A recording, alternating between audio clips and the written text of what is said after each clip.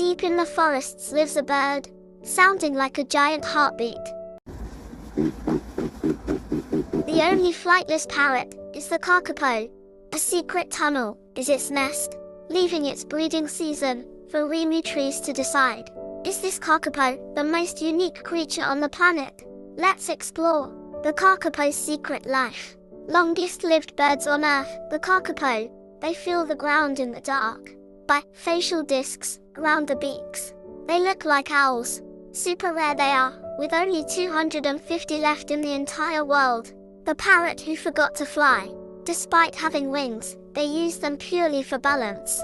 Get this, the Kākāpō is the only parrot in the world that can't fly, because they lived on islands with no scary animals for a long time.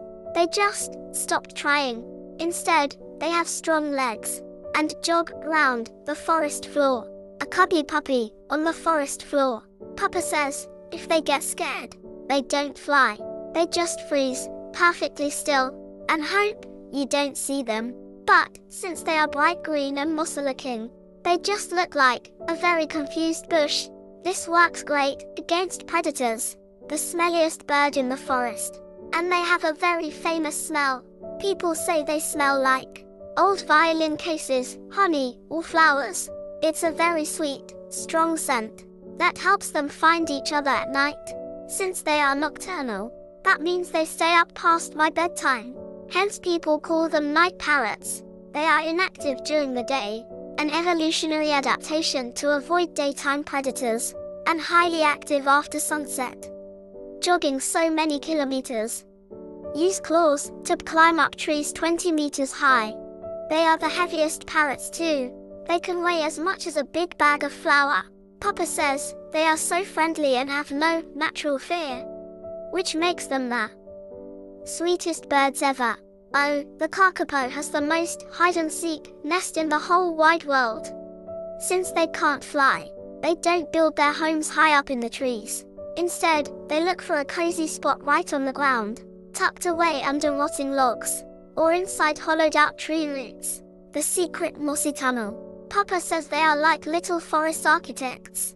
They dig out a shallow bowl in the dirt, and line it with soft things they find, like dry grass, feathers, and bits of moss. But they are super sneaky. They usually pick a spot with a long, narrow entrance hidden by ferns, so it looks just like a secret tunnel.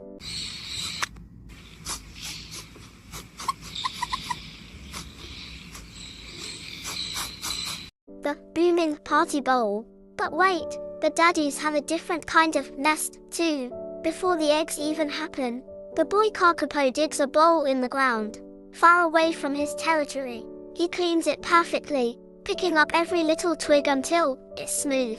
Then he sits in his bowl, making a thump, thump loud sound. A low-frequency mating calls, which travel up to 5 kilometers. That's so loud, it vibrates the whole forest. It sounds like a giant heartbeat. Thump, thump, thump, thump. He does this for hours and hours, hoping a girl Kākāpō will hear him from miles away. The female follow the loudest, most persistent call, and climb up the rock. Breeding mystery. They only breed every 2 to 4 years, when the Rimu tree produces a bumper crop of fruit. If the trees don't fruit, the Kākāpō simply don't reproduce. The single parents struggle.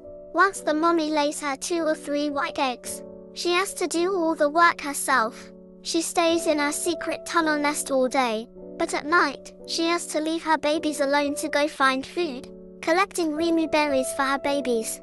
Imagine having a house that's basically a secret cave hidden under a fan. It sounds so cozy, like a permanent fort in the woods. Papa says that the Kākāpō is a beautiful metaphor for self-worth and individuality. Its strangeness is exactly what makes it a masterpiece.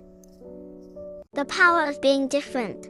Most parrots are famous for flying and being loud.